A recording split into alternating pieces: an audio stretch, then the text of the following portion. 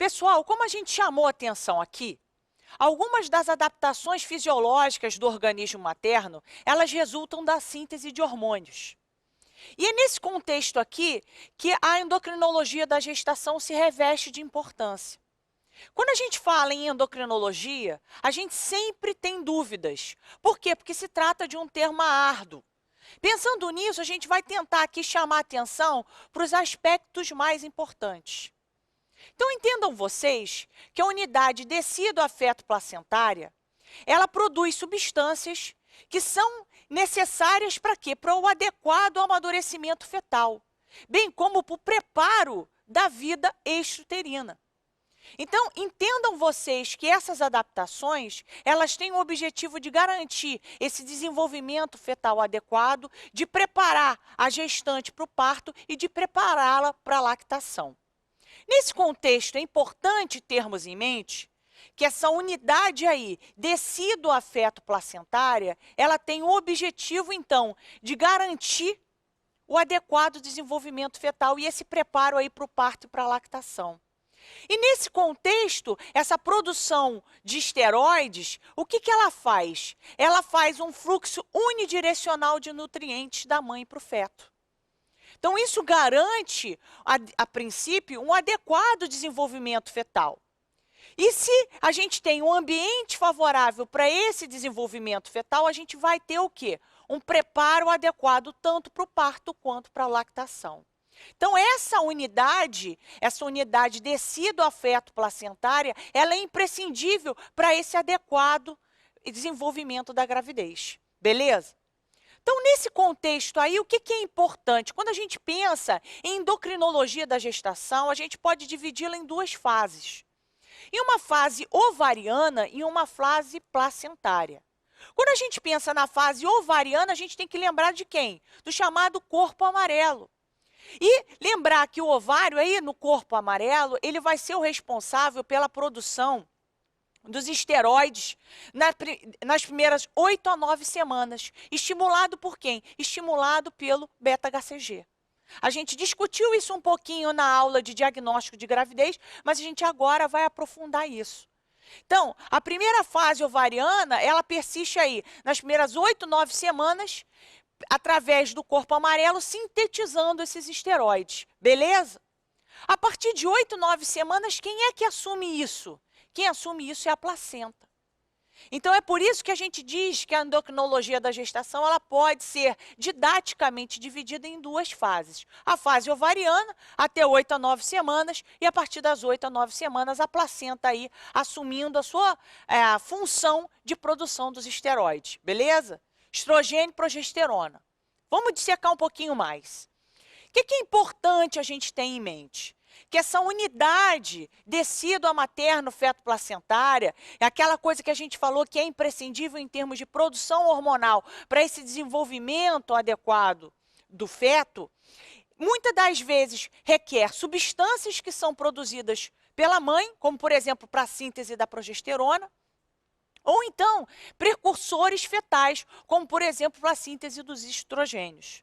E aqui a gente chama atenção, em termos de endocrinologia, para aqueles que são mais importantes e que primordialmente deverão ser memorizados para a prova. A gente tem que pensar aqui no HCG, que a gente vai dissecar já já, nos estrogênios, que a gente vai dissecar qual é o papel dos estrogênios na gravidez, na progesterona, que a gente falou um pouquinho lá na parte de diagnóstico de gravidez, mas aqui a gente vai poder aprofundar um pouco mais, no papel da ativina e da inibina, no papel do lactogênio placentário e no papel do hormônio liberador de corticotrofina. Então, vamos tentar, a partir de agora, chamar a atenção de vocês para os aspectos que são mais importantes de cada um desses hormônios. Vamos pensar juntos. Gonadotrofina coriônica humana, o HCG. Lembrar aqui, gente, que ele é a primeira manifestação hormonal da gravidez. A gente falou muito bem isso na parte de diagnóstico de gravidez. E ele é uma glicoproteína produzida por quem? Pelo sincício trofoblasto, que está presente desde a implantação embrionária, desde a anidação. e que tem níveis no soro materno que duplicam a cada 48, 72 horas. A imensa maioria dos livros didáticos colocam que esses níveis duplicam a cada 72 horas. A gente também falou isso na aula de diagnóstico de gravidez. Importante lembrar que a subunidade alfa ela é comum ao FSH, ao LH, ao TSH. Por esse motivo, qual é a subunidade que a gente dosa para fins de diagnóstico de gravidez? A beta. Porque a beta é específica. E ela tem aquela propriedade biológica que a gente precisa para fazer o diagnóstico de gravidez. Vale lembrar aqui, gente, que esse hormônio ele tem a função primordial mantenedora da gravidez. E que ele vai ser o estímulo para a produção dos esteroides, tanto da progesterona quanto do estradiol. Lembrando aqui que ele inicialmente é produzido pelo ovário nas primeiras 8 a 9 semanas, até que a placenta possa assumir essa função. Lembrando, gente, uma coisa muito importante que eventualmente cai em prova, naquelas questões decorebas objetivas, a respeito do pico de produção do beta-HCG, que é em torno de 8 a 12 semanas, segundo a imensa maioria dos livros didáticos, mas que a gente sugere que você memorize 10 semanas. E aí você, claro, vai ter o bom senso na hora de avaliar as questões para você não se equivocar. Então, pico de produção do beta-HCG, 8 a 12 semanas. Memoriza aí, em média, 10 semanas. E lembrar que logo depois disso, ele tem uma queda e aí ele se nivela até o termo. Muito bem. O que mais é importante? Por que a gente estuda os hormônios? Porque a gente precisa saber qual é a aplicação clínica desses hormônios. Então, em termos de beta-HCG, qual é a aplicação clínica? Diagnóstico de gestação. Isso é óbvio, a gente já comentou aqui.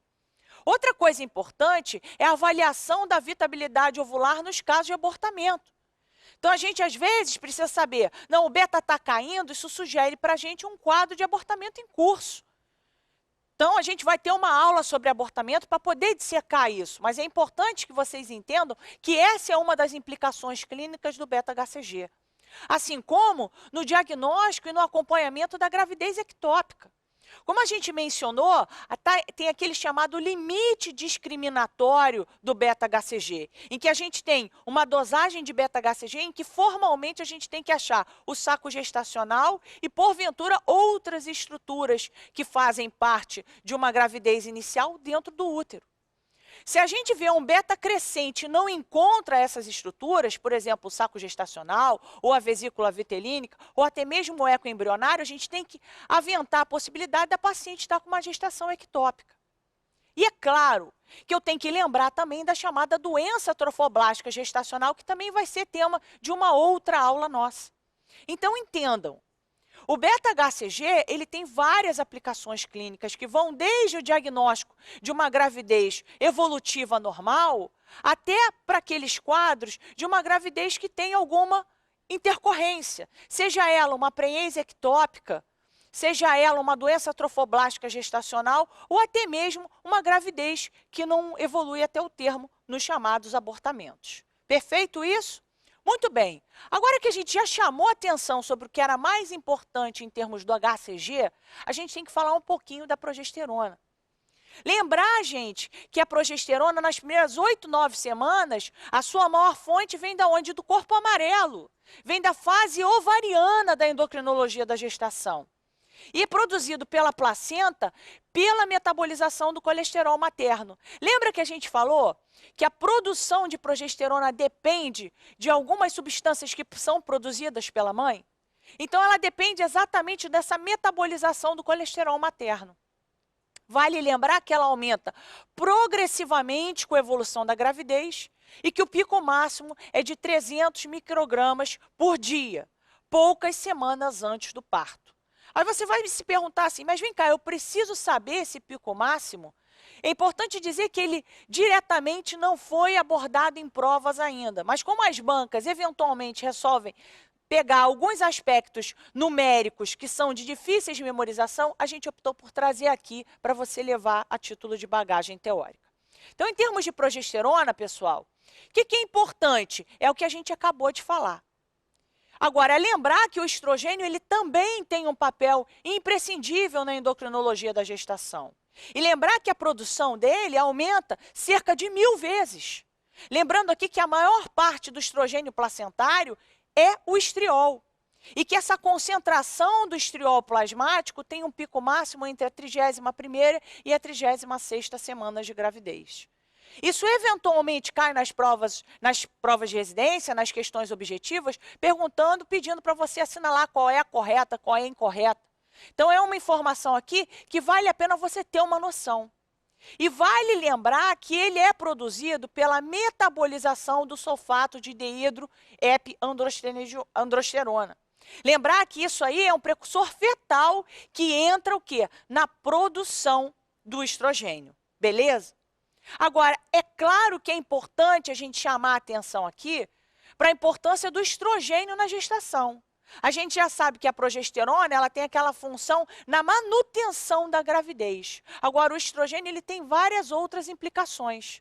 Por exemplo, ele está implicado no aumento do volume sanguíneo, por estímulo o quê? Do sistema renina-angiotensina-aldosterona, que a gente vai chamar a atenção aqui. Ele tem um efeito também na vasodilatação.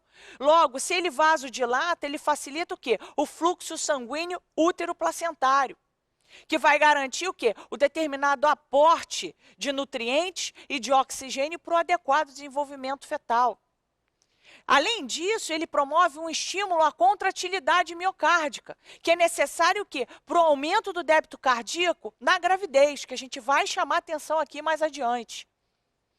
Num primeiro momento, ele é o responsável pela inibição da lactação. Por quê? O que o estrogênio faz? Eles bloqueiam os receptores de prolactina na mama.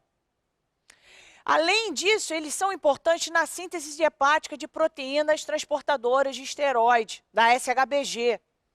Promovem ainda uma hipertrofia e uma hiperplasia miometrial, que são importantes para o crescimento uterino. Para quê? Para poder abrigar adequadamente o feto. E promovem, é claro, um estímulo à contratilidade miometrial no final da gravidez, pela produção de prostaglandinas, o que é imprescindível o quê? Para deflagrar o trabalho de parto. Entendido isso? Então, vejam como o estrogênio ele é imprescindível para o adequado desenvolvimento da gravidez. Outros hormônios que a gente tem que ter em mente, como a gente chamou a atenção aqui no início desse tópico, é o hormônio lactogênio placentário. Chamando a atenção aqui que ele tem uma grande produção primária pelo sincício trofoblástico. E que ele é o maior produto secretado pela placenta. Lembrando aqui que a produção ela chega a ser de 1 grama por dia, em termos de uma gravidez a termo.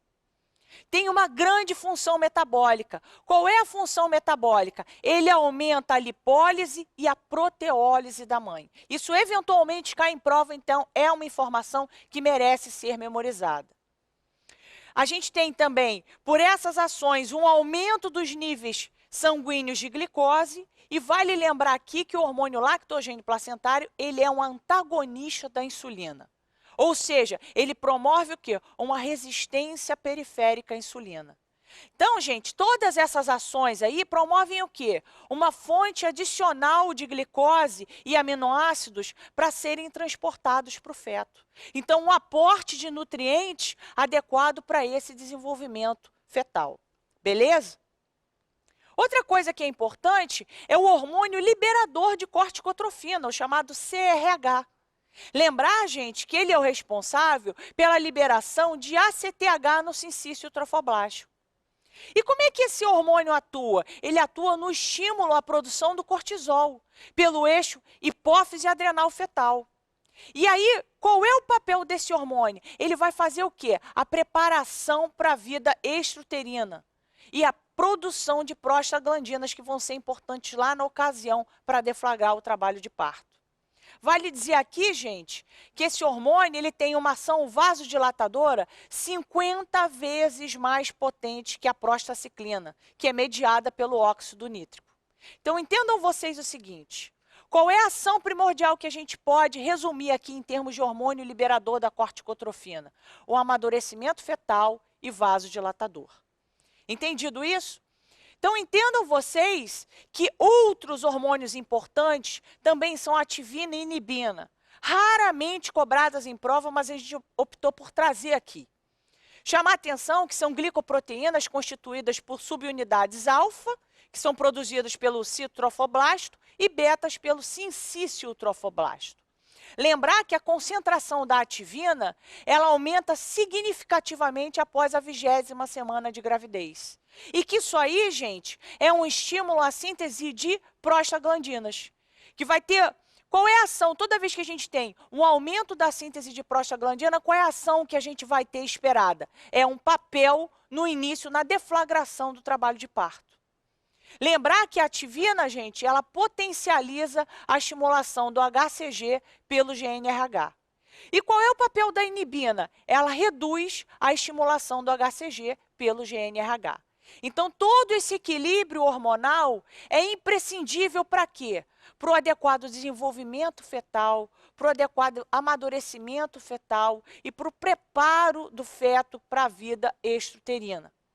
Tanto em termos de quê? Principalmente em termos de lactação e principalmente em termos de preparação para a deflagração do trabalho de parto. Essa é a ideia que vocês têm que ter em relação à unidade decídua materno-feto placentária. Entendendo que todos esses hormônios, eles atuam no sentido de fazer um desenvolvimento fetal adequado, uma preparação adequada para o trabalho de parto e um preparo da lactação.